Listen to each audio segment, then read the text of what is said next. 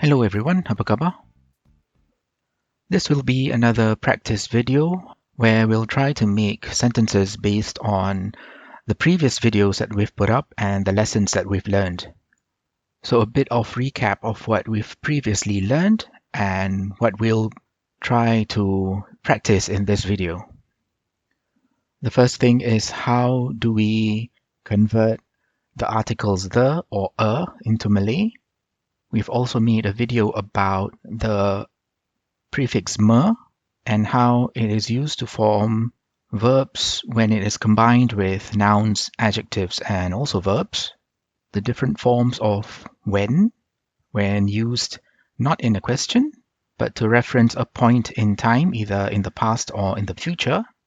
The different forms of by in Malay, and also other topics like using intensifiers like sangat or lebih lagi, and also connectors like juga or pun. We'll also try to practice using phrases to form an opinion, like I think or I believe that, and also other topics that we've previously looked at, like possessive pronouns and the pronoun ia. Okay, let's start. A monkey went into Anu's house. So what is this in Malay? So monkey in Malay is monyet. Monyet. To go into or to enter is masuk. Masuk. Ada monyet masuk dalam rumah Anu. Ada monyet masuk dalam rumah Anu. And how would this be in a formal sentence? Because this is typically an informal version of the sentence. So a formal version of it would involve penjodoh bilangan, which for animals would be seekor. Seekor monyet. Seekor monyet masuk ke dalam rumah Anu. Seekor monyet masuk ke dalam rumah Anu. So here we are looking at using the article a in English and how it is converted into Malay. Also, we're trying to practice the possessive pronoun in the phrase Anu's house. All right, next one. I think the train will arrive at 8 o'clock. So to form an opinion, I think that or I believe that, in Malay you can use saya rasa. And to refer to the future, in the phrase will arrive, we can use akan sampai. Saya rasa train akan sampai pukul 8. Saya rasa train akan sampai pukul 8. Of course, in Malay there's different variations of this. You can also use rasanya. Also, akan sampai sounds a bit formal. We rarely use akan in daily conversations. What we usually do is replace that with the word nanti. Rasanya train sampai pukul 8 nanti.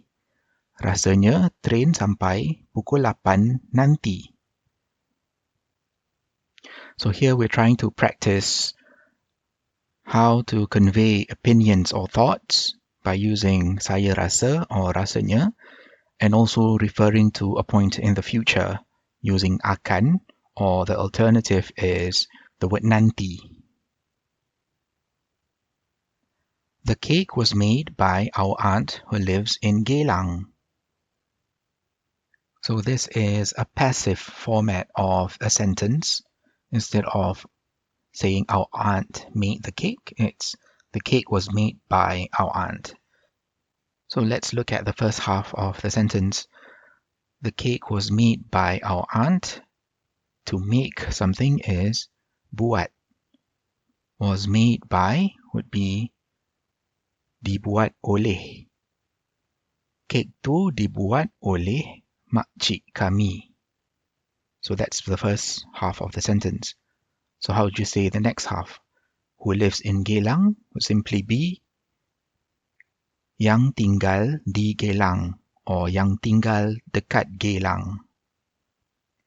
So here, besides practicing forming passive sentences, we're looking at how to convert articles the into Malay and also using yang as a description or a characteristic of a noun.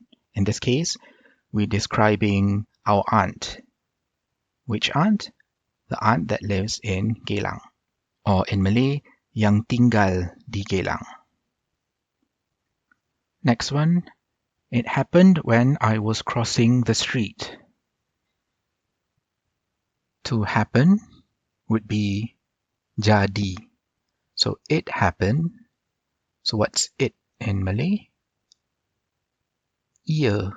Ia jadi. To cross a street would be lintas jalan. And you can use the prefix me here, melintas jalan. Ia jadi masa saya tengah melintas jalan. Ia jadi masa saya tengah melintas jalan. So if you don't want to use the prefix me, you can also say tengah lintas jalan. That's fine. So several things here. We are trying to use ia to refer to the pronoun it. And also we are using the word masa, referring to a point of time in the past, for the English word when. And we are also looking at a continuous tense. I was crossing. So that's why we're using saya tengah lintas. Okay, so we'll make this into a two-part practice session. We'll look at more sentences in the next lesson.